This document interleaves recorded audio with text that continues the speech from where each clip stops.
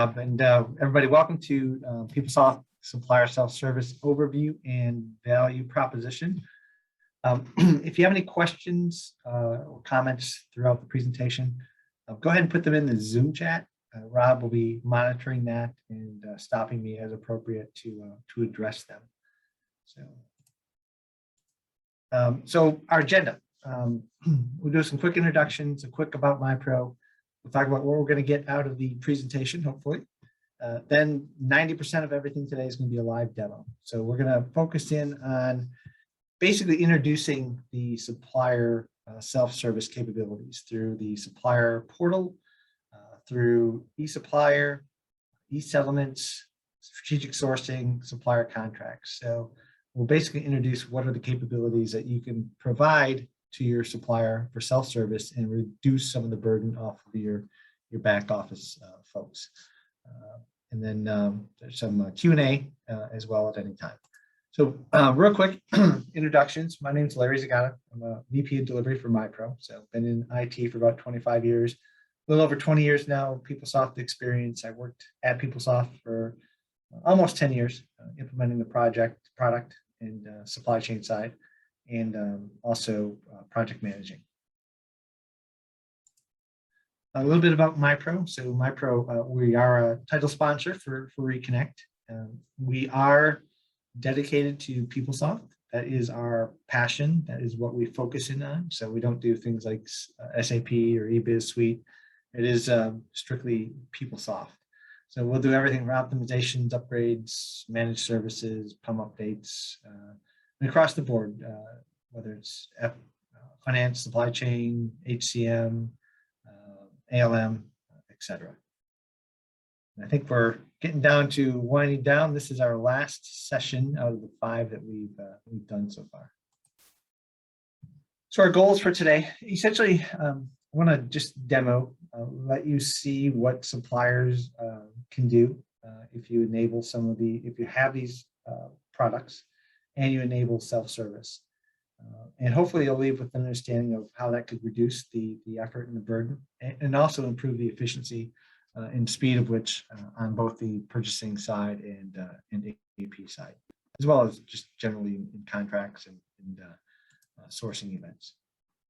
So before we get to the demo, I wanted to just point this out. There is some reference information in the PowerPoint that you can refer to once you get it. We got some white papers on this topic, some blogs, obviously links to PeopleSoft, the process maps for these products. There's information on supplier registration, and then each of the products that we'll go through today, there's information in terms of what's kind of a key functionality. So you can have that as a reference point. With that, I'm going to shut my video off to save bandwidth, and we will get into the demo. So Rob, can you see my demo screen now? Yes, you look good. All right, thank you. So if you have PeopleSoft AP or purchasing, you have access to the supplier portal. Some of the basic content around your ability for suppliers to register and also interact with potentially interact with some bidding opportunities. So there's 2 elements of the supplier portal. There's the public page and the secure page. So the public page is what we're looking at now. Think of that as if you've ever gone out to a company's website, and usually they'll have a section that says, doing business with us or something of that nature. Maybe even just strictly a procurement section. But that's where you'll see, how do you become a supplier, or what are the RFP opportunities that are out there at the moment. And that's really what this section is. This public portal is doing. It's introducing your organization as the buying organization to potential suppliers. And this is some of the delivered content. So first, there's some portal welcome to information. So here you can really put whatever you'd like in terms of welcome to the supplier portal, responsibilities, expectations of our suppliers. you really have the ability to kind of introduce your organization in any manner that you want. Kind of that entry point of here's who we are, and would you like to kind of do business with us as an introduction. There's also other activities such as events calendar that you can have out on the public portal. So the events calendar, anything really that you want suppliers to know about, whether there are some new upcoming auctions, right? Maybe there's some company shutdown times that you want to make sure they're aware of. So for either for participating in any events or shipping and receiving restrictions, things of that nature that you can make available to your suppliers. There's an FAQ section. So the FAQs are just that. It's frequently asked questions, problems, issues, general information. So you can really put anything you want here. You can put a lot of information in terms of how do you apply to become a supplier? What are the steps? You can attach documents here if they need to fill out, supplier forms, etc. So really, whatever information you want to make available here in terms of just frequently asked questions. Again, the intent is to make it detailed so you don't have to spend time on the phone with potential suppliers walking them through things. You can provide them enough information where it's pretty seamless. There's announcements. Again, these are just things maybe you want to make people aware of. Here we've won some awards, or they're going to do an inventory auction upcoming, things of that nature. So any type of announcements you can also enable. Now, there's also a few other things here that if you have strategic sourcing and there's public auction events or bidding events you've created, as a prospective supplier, they can come in, take a look at that. So they can click on the auctions. They can say, here we've set up this auction. It's a sell event and it ends in 15 days. They can click on the details. They can contact the buyer. They can look at the details in terms of, okay, well, this event is for computer monitors, 3 of them, $300 is the price. They're looking for $900. If there's any attachments, they can look at the bid package itself that's out there and available. They can open that up and get more details, more information. Where here they know that they have to answer information about the warranty, how much the warranty weights in the answer, the pricing, and the number. So they can get a lot more details about the actual event and decide if that was something they'd like to participate in. So, for example, if the supplier wants to become a supplier, there's several things that they can actually do here.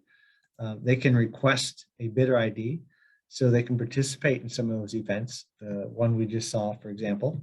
They can register as a supplier, and we'll walk you through that process. Again, linking back to the FAQs and whatnot. But if they click on register, so now they've seen your information, they're interested in becoming a supplier.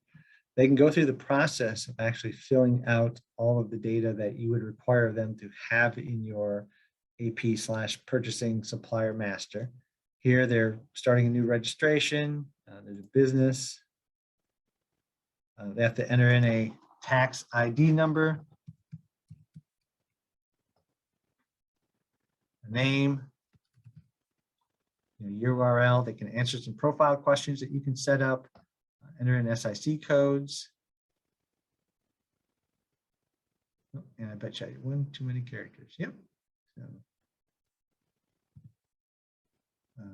So tax ID is obviously validated. They can put in information around addresses. So 123 Main, any town, etc. They can choose different remit and invoice addresses.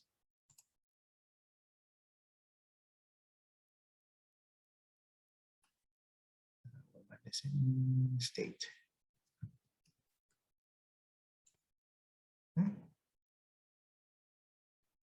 They can add contacts. They can add payment information, different categories. Anyway, the idea here is it's a guided process to take them through the supplier registration process, and then they can submit it. Now, when they submit it, it does not automatically mean that they've become a supplier in your organization. It's been submitted to your review as the buyer in PeopleSoft. So the normal workflow, the normal approval processes would still apply. You're just basically, instead of somebody in the back office entering in the supplier information that they've sent to you, you've put that on the supplier themselves. Okay. And they can also request a user ID if they're a supplier. If a supplier user wants a user ID, they can request one. Then the final element here is there's intent to award. So this is tied to the bidding event. I'll see if I can change this here. Whereas if in one of those events there's a potential award, they'll see who is awarded here. They'll get information that this one's closed, but they can look at the notice of intent details. Okay, so they can see that the Primo Healthcare Services is the winner. These are the folks that were not awarded the bid. And if there's more information, they can click on the PDF version, so they can look at what the pricing was, and if we had different rejection reasons and details, so they can see that you're operating a fair and consistent process, and some of the details behind who won and who did not. So that's some of the just the public-facing activity. Now there is next step is once a supplier was approved and you've set them up as a supplier. Now know that the normal security applies, PeopleSoft role users and roles. So you would set up what your suppliers have access to, and typically you'd also have different roles for your suppliers. You might have a supplier administrator. That administrator could grant others users and roles, etc. But know that the security applies. But once a supplier is in here, then they have access to, depending on if you have e-supplier, e-settlements, etc. What I've done is I've broken these out into various home pages, so we know if we're talking about e-supplier, what it is, or if we're talking about e-settlements, what it is. So I just did that to make it easier. But before we get into some of those, there are some general things that I wanted to go through. Suppliers have the ability to manage profiles. So they can update their profile, they can change passwords, they can set up forgotten password help. Again, all this is to make sure that they're not then burdening you guys in terms of I forgot my password, etc. So you got to give them some ability to change that. So they set up different users, their email addresses, etc. If they have a bidder profile, they can set those up here as well. Set up. If they have services procurement and their services provider, they can set that up. They can do supplier change requests. So what they can do is create a change request where, as soon as this comes up, they basically are trying to change some element of the information that they originally registered with. And what they'll take them through the process. And then what they'll end up doing is click on the review changes, and it'll compare, there's no changes, but it'll compare what they originally have in there and the new changes. So again, you can accept and approve the changes. But this allows the supplier to maintain their own information. Again, taking the burden off of your back office folks from having to update supplier information every single time. Larry, I had a question. Yeah. In regards to the sourcing event, when the vendors are responding to that, somebody commented that she had heard that they might be updating it to a fluid interface to make it a little more intuitive for people that don't know PeopleSoft. Have you heard anything about that, or is that something that we should take down to look into? I can look into that. I haven't heard it or looked into it, but I can we can see, we can check and see if it's on any of the roadmap. Okay, Wendy, we'll look into that for you and get back. Thank you. Yeah, we'll, thank we'll you. show a little bit more detail of that as well as we get into the strat sourcing piece of this. The other thing that's kind of just, oops, wrong one, sorry.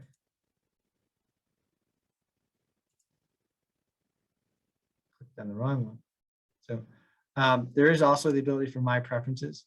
So really what I wanted to show here is in each of these tiles, you've probably seen some numbers, number of RFQs waiting, number of purchase orders, back ordered, things like that.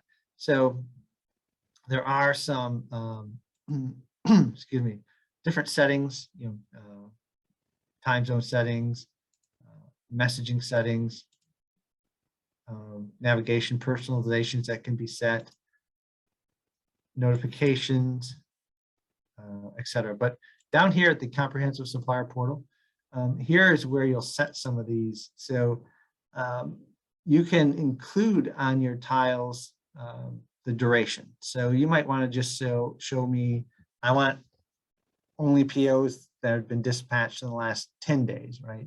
You don't want to go back 1,000 and have too many.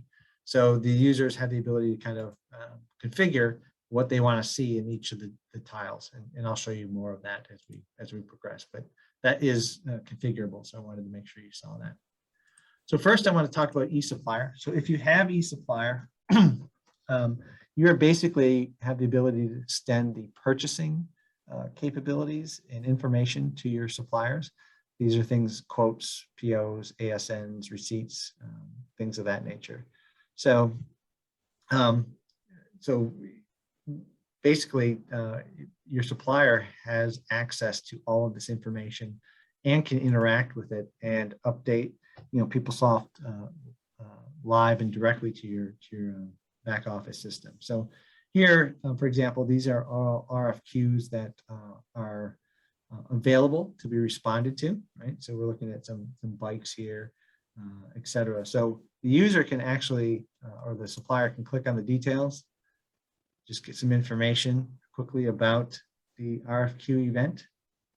If it's in their wheelhouse, they can actually respond to the quote.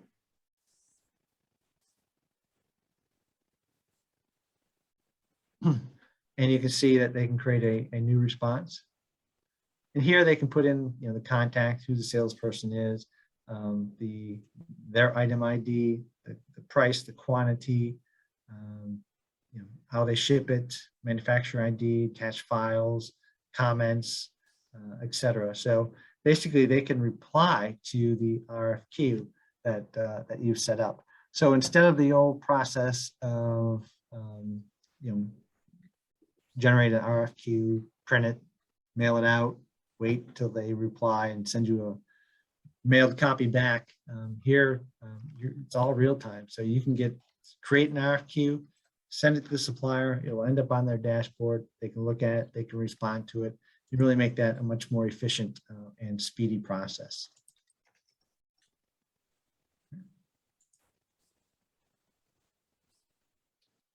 Suppliers can check out their purchase orders. So, these are purchase orders that the supplier has been, as the buying organization, you've sent to the supplier. So they can take a look at it. They can look at the PO details. Just see what is in that particular purchase order. You can see line information, line details, contract information if it's available. Kind of gives them an overview of the PO. Then there's actions that they can actually take on a PO. So once they've received a PO, then they have the ability to do a few things. First is they could acknowledge the PO. So as a buying organization, if you want to quickly understand if a supplier has received your purchase order and viewed it, they could acknowledge this purchase order. They could also update the quantities that you've sent them. So perhaps they can't fill 100 or the price is a little bit different. They could also split lines for different ship dates and update that information. They could reject lines. They could mark it as viewed and acknowledge or reject it, add comments. So essentially what this can do is, again, this updating PeopleSoft real time as the suppliers interact with the information, basically making your buying organization aware that, yep, the PO has been received, they've acknowledged it, and they're able to respond to the purchase order.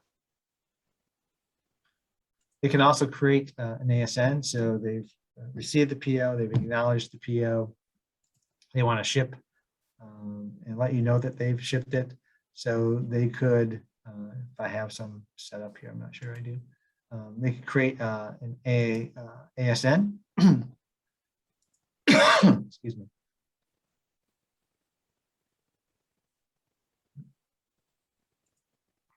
Let's see if I have anything. Don't know if I do.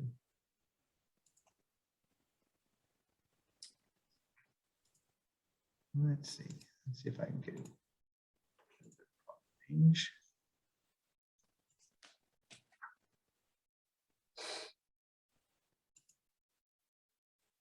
I don't have any, but what they would end up doing is they'd select the PO ID, the line, and essentially create an ASN and send it back to the organization, the buying organization. And in fact, I know I can show one here. Let me just do something real quick. Let's sign out, let's sign in.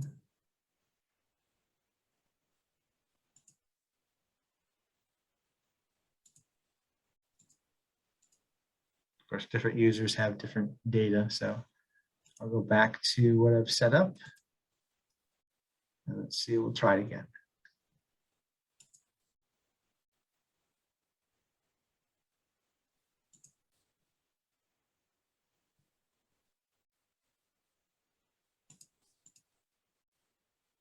Nope, I just don't have anything set up, so won't be able to show that, but know that you know, they can create those ASNs and send them back.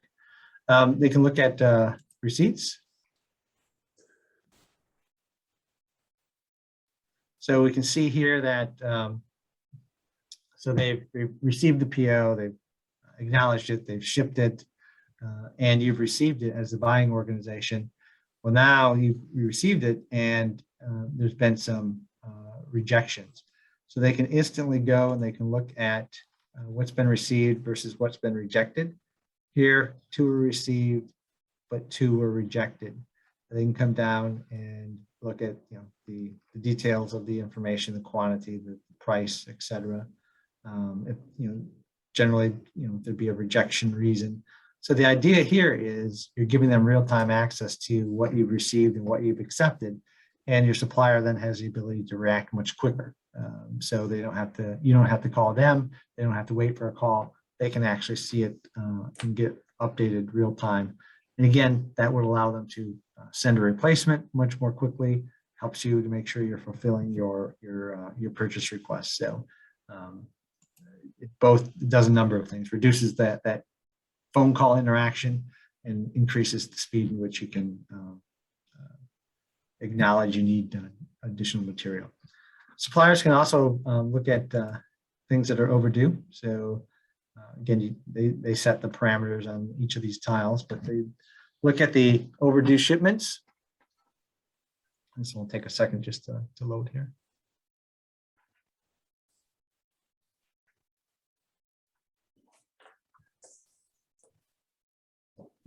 So they can see all of this is dispatched, who the buyer is, the details. They can see the schedules that are overdue. So if they click on it, they can see that when it was due, how many days past due it is. And what this information really does is, again, allows them to react more quickly. Something went wrong in the process, right? They have not shipped this, it's overdue. So they can also then take action. So they can, you know, create an email notification, right? So they can interact with you, the buying organization. They can view the PO information if they want to view that. Dispatch document, they can, if they've corrected it, they can create an ASN. And now I can show you how to create an ASN because we have more data here.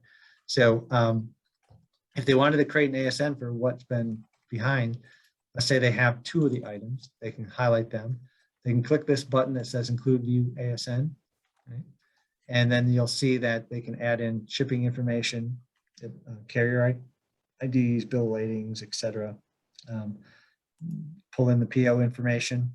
And if they already have their invoicing information, they can add that there. And then they just submit the ASN. So this allows them to get caught up and make sure that if anything is overdue, they have the ability to correct it in a much more expedited fashion. Okay. And then these are just the PO acknowledgements. We kind of looked at POs before, but if as a buying organization, if you're expecting acknowledgement of all your POs, this would be the ones that are waiting on. And of course, it indicates acknowledgements required, and then they can take similar actions, right? They can acknowledge the PO from here and then work the PO. So if you have eSupplier, those are some of the things that you can make available to your suppliers. Again, the idea being cut down on the having to pick up the phone or answer the phone, answer a bunch of questions, and make this interactive with your suppliers. If you have e-settlements, now we're talking more on the invoicing AP side of things. So you are allowing your supplier to basically get information about their invoice and their payments. It's probably more than anything, suppliers are always calling up about this information, right? So if you're really going to reduce the phone call burden, this is one of the big areas that this will allow you to do that. So some of the things that you can release to your suppliers is they can create a self-service invoice. So here you'll see that these are some of the invoices they've submitted. You can go into the details and look at it in terms of the invoice ID and the amounts and gross amounts and miscellaneous charges, etc. But the supplier can go and click on add.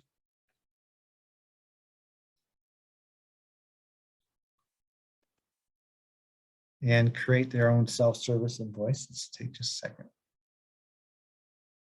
And it is another guided process. So they'd have to put in an invoice ID, the invoice date, select the location, all that good stuff. They can put in the requester if they want, add attachments if they wish. Now they have the ability to add lines. So you can add lines in a number of ways. One, they could take it right from the purchase order. And when they're copying purchase order or packing slips, they're really reducing the risk of error because they're just pulling the data in. So for example, if they wanted to look at this purchase order and the lines that are on it, they can click into the details. They can select, I need to invoice for this item and this item only. And what that will do is pull that into the invoice, right from the PO. Same idea with copying the packing slip. So they could select on a packing slip, select the item from there. Right? And then of course, if they wanted to manually add a line, they could as well. They have to look up item IDs and descriptions and all that good stuff, but they can certainly do it that way as well. Once they have what they want to invoice, then they'd look at the settlement info. The total amount is updated. They could add the sales tax, shipping, any miscellaneous charges, and you get a gross amount. And then they would submit the invoice. Again, this does not mean this automatically is in your back office system as an invoice. It's approved. You still have the ability to pull those in and approve them. The idea here, though, is a lot of organizations will get paper copies from suppliers, or you'll get a copy of an invoice and you'll use OCR to scan it in. Well, you're really relying on the supplier now to generate the invoice, and it goes directly into PeopleSoft. So less time and reduction of errors. They also have the ability to upload invoices. So there can be, they can upload a file and some XML files for their invoices, and same process. Instead of just generating it like we showed, they just upload it and it goes into the PeopleSoft system. You have the ability to view it and approve it. Larry, this might be a great time for a general question that was thrown out. And we can provide some feedback, and if anybody else on the call or on the line has suggestions. The question was, how do you convince suppliers to utilize the portal to manage their PO and acknowledgement and so forth, as opposed to sending emails and doing things in the traditional, more manual way? Yeah, so it's a great question, and I'll give my 2 cents, and if anybody really wants to add, they can. So as part of the implementation process, what we do first thing is work with your organization to create that strategy of who's going to be part of the initial implementation, and then who's going to be part of the subsequent rollouts.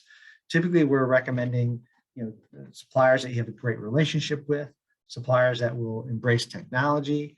And then you have other considerations. Do I want my high volume suppliers, or do I want low volume suppliers? Certain commodities, things of that nature. And part of the process we're trying to understand is we want to bring on suppliers to reduce the call burden, but we don't want to overwhelm you with questions and answers as well. So part of the process of trying to convince suppliers is the process of going through that implementation and determining who's going to join you. Like I said, who embraces technology, who wants to participate.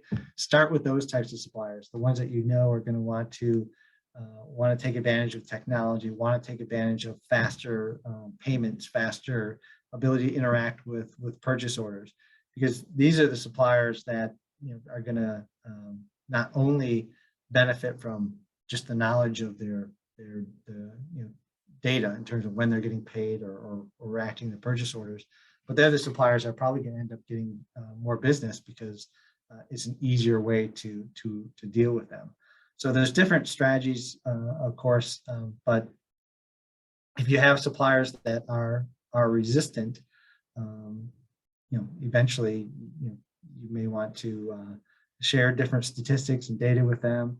Let them know that, hey, eventually we're not going to be doing anything on paper anymore. So, there's different tools like that. But really selecting the suppliers that are going to interact with you in a very good manner and embrace this process is kind of key for that initial, which suppliers you're going to start with. I don't know if anybody else has anything to add. Okay. So your suppliers can also do an invoice inquiry. So again, checking on the status of their invoice, which we know we get tons of calls on. So they can go and they can see, okay, well, this is unpaid.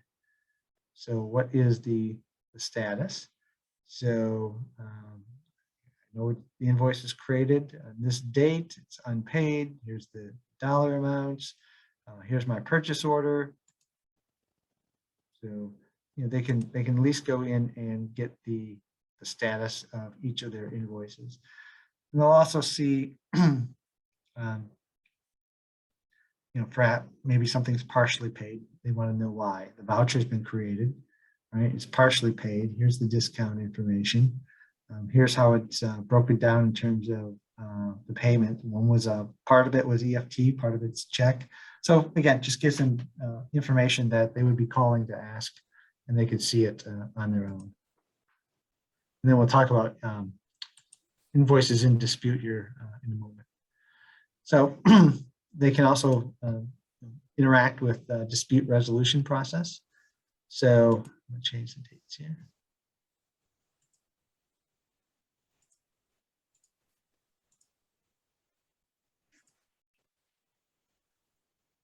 So they can see here, these are some invoices that are in dispute. So they could select one, open it up, and see that it is in dispute. Click on the details. Generally, there'd be some comments here. This payment is on hold. The hold reason's other, and of course, there can be more details. And the more details you give, the less time you have to spend on the phone.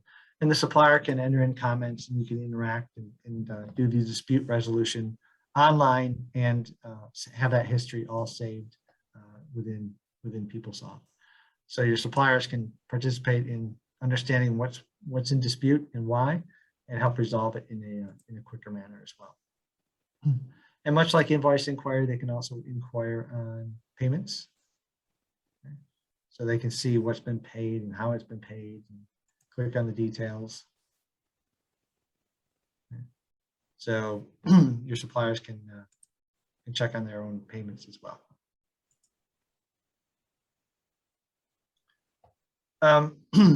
Dynamic discounting.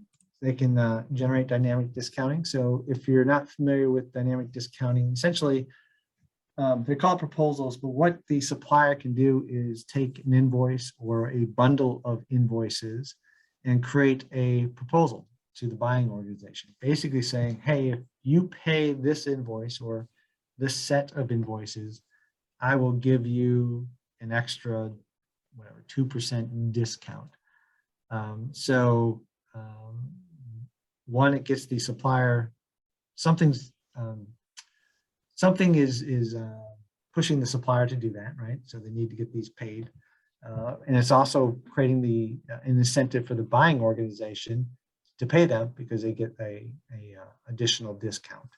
So they create proposals, manage them, and analyze the discount, and then the buying organization can take advantage of it and get a little bit better discount if you pay under the terms that the supplier is requesting. So they can do that as well to help expedite and reduce some costs. Then, of course, there's always agreements with e-settlements in terms of here's a buying organization. We're trying to set up a supplier agreement, so they can get agreement details as well. In here, you can put payment terms, other information. I think this one might have payment terms. So yeah, so here it's setting up an agreement with specific payment terms. You can add payment terms, so your supplier can do that online as well. Okay. All right, so that's e-settlements.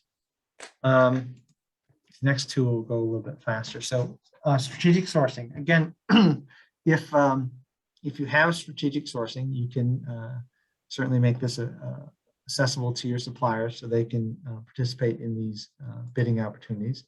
The difference here between this being the secure portal and the public portal is they can actually interact with the event. So they'll see here that they have one invited event, and then they'll have that public event as well that we looked at, and they can decide whether to interact with it or not. But here we've set up this buying event. They can click on the details.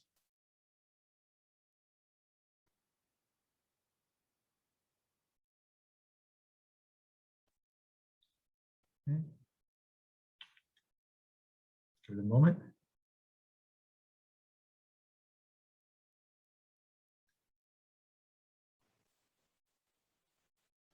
Larry, well, that's catching up. We've got one that was kind of at the tail end of the, I think the last section there. Question was, if you're using eSupplier in the supplier portal, will we be able to migrate to the new MECC or to send or post discrepancies on invoices to PO?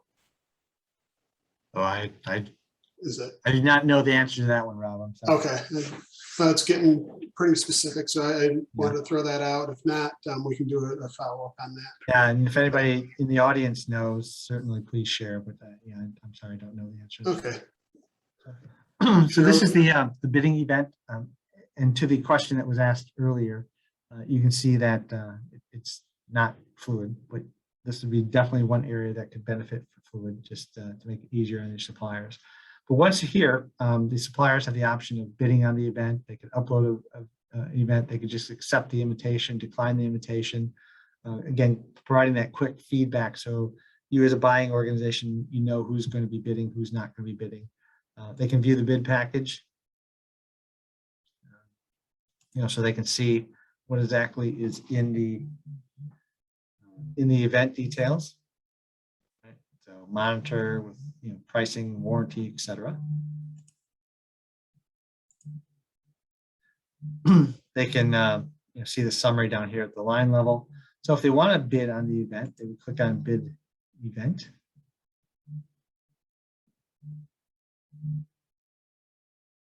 Okay. So now they can see that the information they have here in terms of just some overview of the event information. They've got step, entering line bid responses. So they go down here.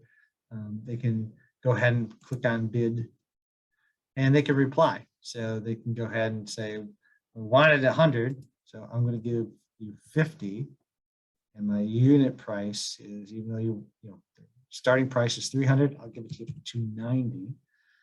They can enter that, and once they do that, you can see they can validate entries, and you see there's an error here. So if they don't fill out everything properly, it won't validate. They did not answer the question about the length of the product warranty. So it's a 2-year product warranty. They can go back and validate that. No errors found.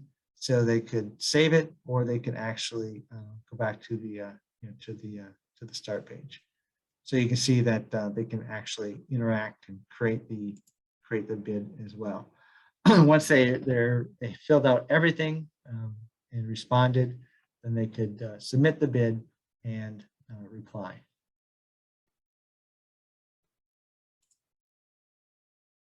Okay. There's also discussion forums that they could join in if there's discussions around that bidding opportunity. So this allows them to actually interact and reply to the event.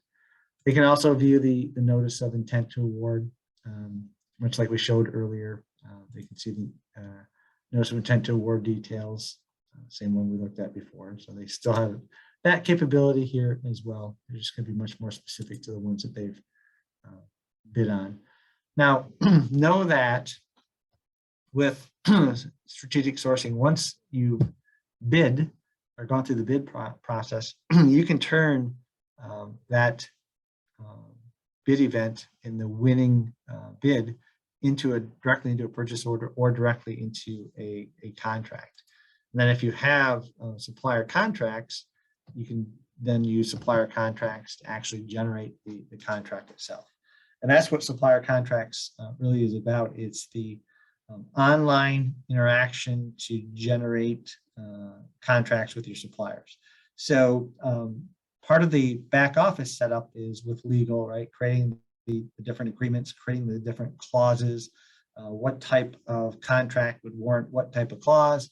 And generally you build this library of documents and clauses, and then you put them together to generate a contract with your supplier. And once you do that, then that will be available in your supplier's tile, so they can actually review and interact with the contract. So here you'll see that there's some information about the contract itself. They could open the contract. They could upload a revised contract. They could put in a bunch of collaborative comments, right? They could save those comments. They can mark it as reviewed. They can add attachments. They can view history. They could send an additional email. But what this is allowing you to do is that online interaction of building out the supplier contract between the supplier and your buying organization. Again, in this case, the majority of the setup is back end through supplier contracts. This is the interactive piece with the supplier. And then once a contract has been negotiated and agreed to, then there certainly could be deliverables as a result of that. So, for instance, we may need a copy of a warranty, right, as part of the contract. So, part of the contract, supplier agrees to provide a copy of the warranty. So here, they could view that contract document to make sure they know what they have to send. They could send an email, with the warranty information as well, and comply to any of the agreed upon deliverables.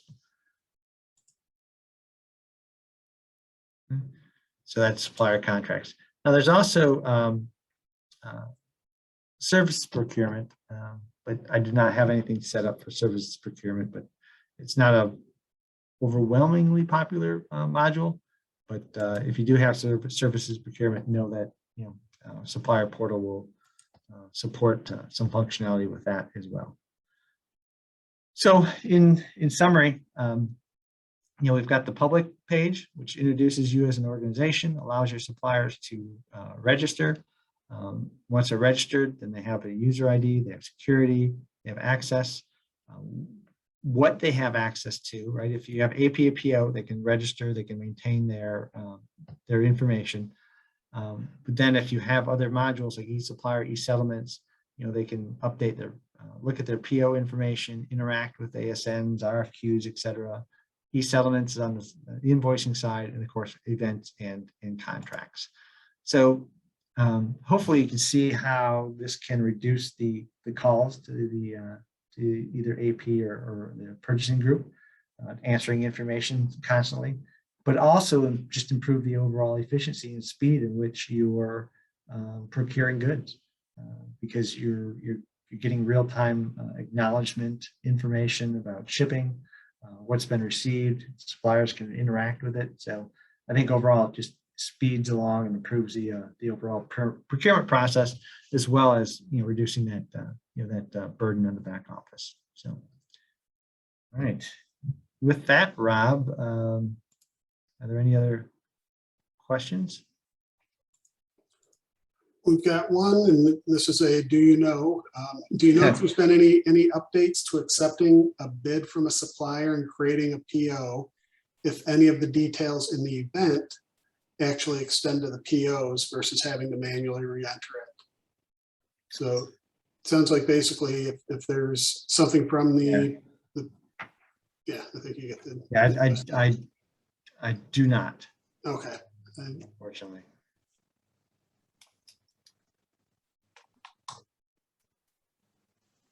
And those, I don't see any other additional questions here. Okay. I know there are a couple that we jotted down that we can follow up on. Yep. But that was the last one that has come through. Anybody else have any questions they'd like to throw out at us? Be happy to help. Or follow up if we can't answer them. Yes. Today, one way or another, we'll figure out how to help.